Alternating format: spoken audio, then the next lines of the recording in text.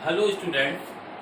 कल जैसे मैंने चैप्टर 1 में इंट्रोडक्शन ऑफ कंप्यूटर में जो पॉइंट्स पढ़ाए थे, डाटा, प्रक्रिया और सूचना, और इसके बाद इसका था कंप्यूटर के विशिष्ट गुण और कंप्यूटर की डेफिनेशन और कंप्यूटर की पीढ़ियाँ।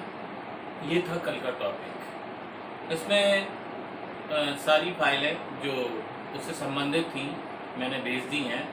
इनको आप क्लियर कर लें और लिख लें उनको और याद भी करना शुरू कर दें। अब जो अगला इसी लेसन में 10th की क्लास में इसी चैप्टर में जो अगला टॉपिक है वो है आपका क्लासिफिकेशन ऑफ कंप्यूटर, यानी कि कंप्यूटर का वर्गीकरण। तो मुख्य रूप से कंप्यूटर को 3 वर्गों में विभाजित किया गया है। नंबर 1,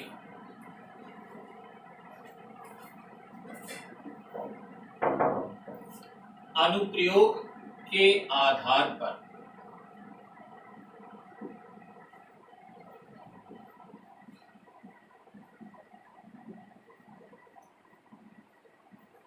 और नंबर दो आपके उद्देश्य के आधार पर।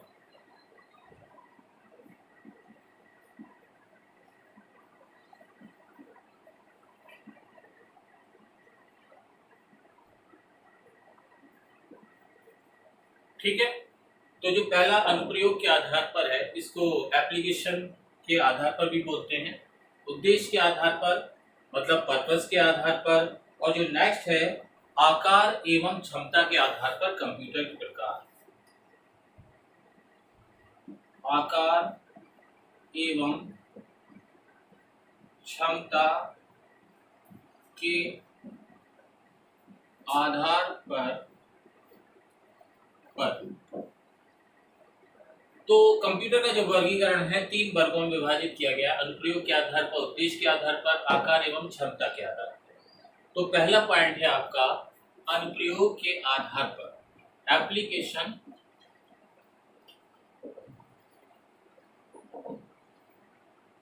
के आधार पर।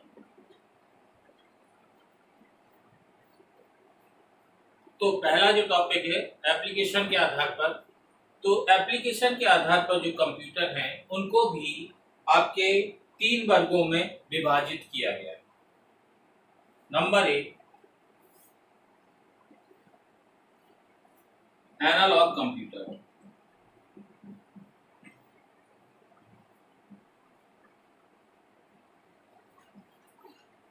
Number 2, digital computer.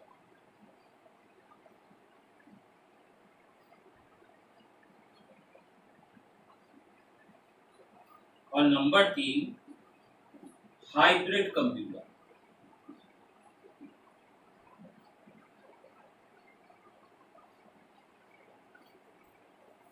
ये 3 वर्गों में विभाजित किया गया एप्लीकेशन के आधार पर।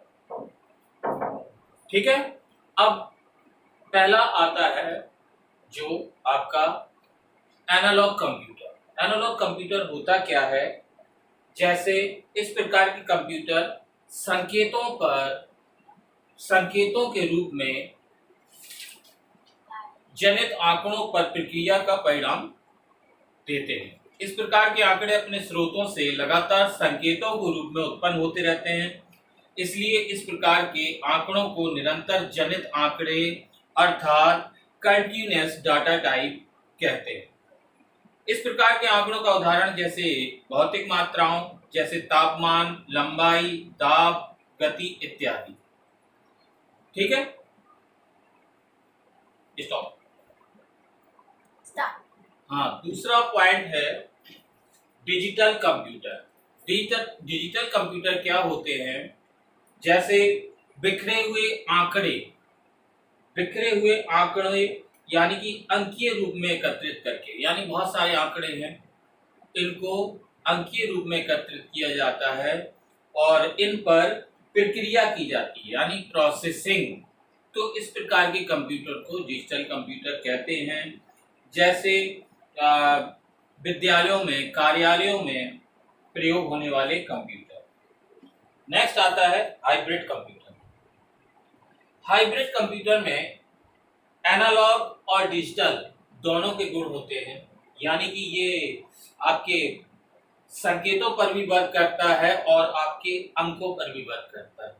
जैसे जो हॉस्पिटल में कंप्यूटर होते हैं, रोगी का रक्तचाप यानी कि ब्लड प्रेशर उसको नापते हैं और टेम्परेचर को नापते हैं और गणना करते हैं। और जैसे इसका एक एग्जांपल और है, पेट्रोल पंप में लगा हुआ पेट्रोल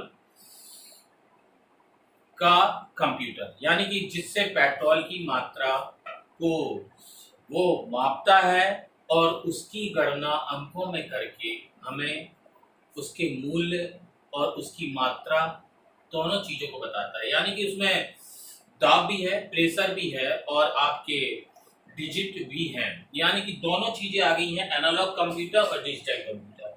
तो एनालॉग और डिजिटल कंप्यूटर दोनों का कॉम्बिनेशन है हाइब्रिड कंप्यूटर। इसीलिए यानी कि हाइब्रिड कंप्यूटर में दोनों कंप्यूटर के गुण सम्मिलित होते हैं। अब आपके आता है उद्देश्य के आधार पर।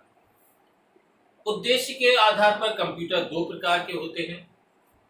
एक आता है सामान्य उद्देश्य कंप्यूटर और दूसरा आपका विशिष्ट उद्देश्य कंप्यूटर। सामान्य उद्देश्य कंप्यूटर जैसे जनरल पर्पस सामान्य प्रयोग में, सामान्य उपयोग में लाए जाते हैं, जैसे कार्यालय में, घरों में और ऑफिस में, जिनका प्रयोग जैसे डॉक्यूमेंट बनाना है, आलेख छापना है और अदर कंप्यूटर वर्क हैं जो नॉर्मली हर कोई करता है, यानी कि सामान्य उद्देश्य कंप्यूटर हो गए। अब आते हैं विशिष्ट उद्देश्य कंप्यूटर। विशिष्ट उद्देश्य कंप्यूटर इस प्रकार के कंप्यूटर किसी विशेष कार्य को करने के लिए बनाए जाते हैं। जैसे किसी मौसम संबंधी जानकारी है या कोई प्रोजेक्ट है, कोई मनोरंजन का प्रोजेक्ट है या कार्टून मूवीज हैं और आपके रिकॉर्डिंग है, बैंकिंग है, ईमेल है और आपके शिक्षा है, गणना है, बातचीत और आपके सूचना यानी कि इंफॉर्मेशन टेक्नोलॉजी, इन सब क्षेत्रों में जो विशेष कंप्यूटर प्रयोग किए जाते हैं उनको विशिष्ट उद्देश्य कंप्यूटर कहते हैं। अब आता है आकार एवं क्षमता के आधार पर। आकार एवं क्षमता के आधार पर कंप्यूटर को 4 वर्गों में यानी कि 4 भागों में डिवाइड किया गया। Number 1 micro computer, number 2 mini computer और नंबर 3 मेन फ्रेम कंप्यूटर और नंबर 4 सुपर कंप्यूटर। हाँ, तो पहला है माइक्रो कंप्यूटर। माइक्रो कंप्यूटर क्या होता है, यानी कि इस वर्ग के अंतर्गत आने वाले कंप्यूटर छोटे आकार के तथा कम कीमत के होते हैं। इनमें सामान्य प्रयोगकर्ता की आवश्यकताओं को ध्यान में रखकर बनाया गया है।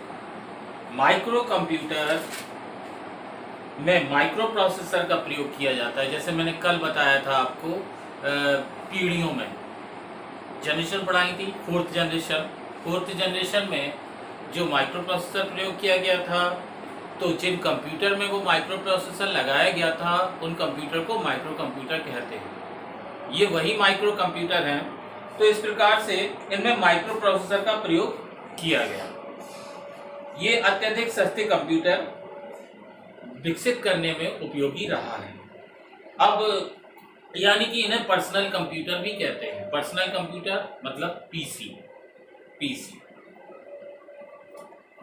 इसके बाद आता है जो माइक्रो कंप्यूटर है, इनको भी इनके उदाहरण हैं माइक्रो कंप्यूटर के, जैसे डेस्कटॉप कंप्यूटर और laptop computer, mini computer. Desktop computer सभी ने देखा है, लैपटॉप भी देखा है और आपके पॉमटॉप भी देखा होगा और मिनी कंप्यूटर भी देखा होगा। डेस्कटॉप कंप्यूटर ज़्यादातर घरों में प्रयोग होता है और भी लोग यूज़ करते हैं, यानी कि ये मेज पे रखने के लिए होता है, सीपीयू होता है, कीबोर्ड होता है और मॉनिटर होता है। लेकिन इसमें प्रॉब्लम क्या है, हम इसको एक जगह से दूसरी जगह ले जाके वर्क नहीं कर सकते हैं, यानी पूरा सिस्टम ले जाना पड़ेगा, फिर वहाँ लगाना पड़ेगा, फिर उस पर काम करना पड़ेगा। इस तरह से डेस्कटॉप कंप्यूटर होता है। लेकिन जो आपके लैपटॉप कंप्यूटर होता है, इस पर हम कहीं पे भी वर्क कर सकते हैं, चाहे ऑफिस में या अदर कहीं पे भी उसको उठाना और ले जाना आसान है। इसी तरह आता है पाम टॉप। ये यानी कि पाम टॉप कंप्यूटर ऐसे छोटे कंप्यूटर होते हैं, इनको अपने साथ रखकर प्रयोग कर सकते हैं। जब चाहे हम इनको यूज़ कर सकते हैं और जब चाहे हम इनको जहाँ चाहे ले जा सकते हैं। इनमें एक बैटरी का प्रयोग किया जाता है, उसी बैटरी से ये चलता है। इसे पीडीए भी कहते हैं, यानी कि personal digital assistant. Personal digital assistant, ठीक है। तो ये थे आपके जो desktop computer, laptop computer, palm top computer. अब जो दूसरा पॉइंट है मिनी कंप्यूटर। मिनी कंप्यूटर क्या होता है? मिनी कंप्यूटर माइक्रो कंप्यूटर की तुलना में बड़े आकार के तथा अधिक कार्य करने वाले कंप्यूटर होते हैं। इनकी मेमोरी तथा गति माइक्रो कंप्यूटर से अधिक तथा मेनफ्रेम कंप्यूटर से कम होती है। इस कंप्यूटर पर एक से अधिक व्यक्ति कार्य कर सकते हैं, अर्थात ये बहुप्रयोगता कंप्यूटर, यानी कि मल्टी यूजर बहुप्रयोगता मल्टी यूजर कहते हैं। अब मल्टी यूजर क्या है? तुम लोगों को 9th में भी बताया हमने। मल्टी यूजर मल्टीटास्किंग एक क्या होता है? मल्टी यूजर का मतलब होता है एक साथ कई व्यक्ति उस पर कार्य कर सकते हैं, कनेक्ट होके, जैसे आजकल होता है ऑनलाइन में एक साथ कई लोग अटैच हो जाते हैं, इस तरह से वो मल्टी यूजर होता है। फिर आता है आपका main frame computer. Main frame computer mini computer से अधिक बड़े आकार तथा अधिक क्षमता वाले कंप्यूटर हैं। इनकी संग्रहण क्षमता तथा गति मिनी कंप्यूटर से अधिक होती है। इन पर एक समय में सैकड़ों यूजर एक साथ कार्य कर सकते हैं। इस प्रकार के कंप्यूटर में सूचनाएं व डाटा सेंट्रल बेस कंप्यूटर में संग्रहित होते हैं। इनकी कीमत मिनी कंप्यूटर से बहुत अधिक होती है। फिर आता है आपका super computer. Super computer computer के सभी वर्गों में सबसे तीव्र गति, संग्रहण क्षमता, प्रयोक्ता संख्या वाले कंप्यूटर होते हैं। इनमें अनेकों सीपीयू होते हैं और ये समांतर प्रक्रिया करने में सक्षम होते हैं। पैरेलल प्रोसेसिंग, समांतर प्रक्रिया, यानी कि इनमें एक साथ कई सीपीयू लगा देते हैं और सब एक साथ वर्क करते हैं, जिनको समानांतर प्रक्रिया कहते हैं, ठीक है। और ये बड़े बड़े प्रोजेक्ट में प्रयोग किए जाते हैं। जैसे सबसे पहले भारत ने अमेरिका से सुपर कंप्यूटर मांगा था, तो अमेरिका ने मना कर दिया था।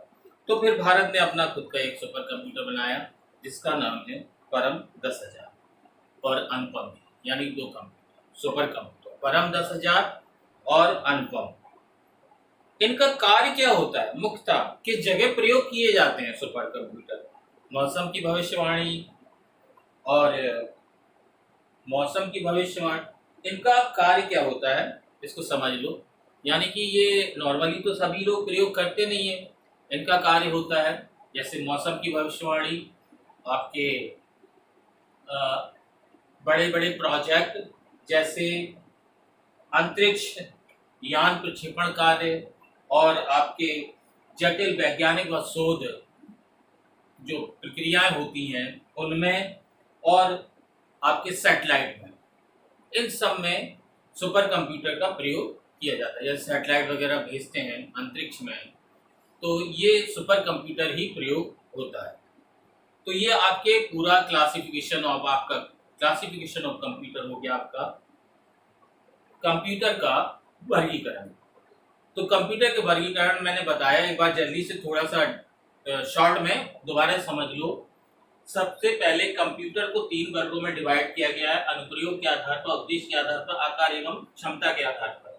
अनुप्रयोग की application based on application, application के आधार पर 3 टाइप्स कंप्यूटर होते हैं, analogue computer, digital computer, hybrid computer. ठीक है। इसके बाद उद्देश्य के आधार पर 2 प्रकार के होते हैं कंप्यूटर, सामान्य उद्देश्य, विशिष्ट उद्देश्य। सामान्य उद्देश्य सामान्य कार्य के लिए प्रयोग होते हैं, विशिष्ट उद्देश्य विशेष कार्य के लिए प्रयोग किया जाता है। इसके बाद आता है थर्ड, आकार एवं क्षमता के आधार पर। ठीक है, यानी कि size and capacity, based on size and capacity के आधार पर, आकार एवं क्षमता के आधार पर कंप्यूटर आपके 4 प्रकार के होते हैं, माइक्रो, मिनी, मेनफ्रेम और सुपर कंप्यूटर। ठीक है, तो आज का क्लासिफिकेशन का ये टॉपिक यही खत्म करते हैं। और हाँ, इनको फेयर कॉपी में नोट कर लें और एक 200-250 पेज की एक रजिस्टर, बड़ा रजिस्टर बनाना है, जिसमें जो जो हम लिखवा रहे हैं इनको सीरियल से लिखते जाएं, और इनसे संबंधित किसी भी क्वेश्चन को पुटअप करना हो तो पर्सनल पीएम में आके, यानी कि मेरे पर्सनल व्हाट्सएप नंबर पर क्वेश्चन कर सकते हैं। जिनको भी कोई दिक्कत है किसी भी टॉपिक में उसको पूछ सकते हैं। ठीक है, और बता भी सकते हैं कि सर मैंने आज का वर्क कर लिया है। उसके बाद मैं पूछूंगा भी कि आप वर्क कर रहे हैं कि नहीं कर रहे हैं। ठीक है, तो आज का इतना टॉपिक खत्म करते हैं, और कल फिर आगे आपको बताएंगे कंप्यूटर की संरचना, स्ट्रक्चर ऑफ कंप्यूटर क्या होता है। ये लेसन 1 ही चल रहा है, चैप्टर 1, और इसी के ही टॉपिक चल रहे हैं, इनको ध्यान में रखना। ठीक है, ओके, धन्यवाद।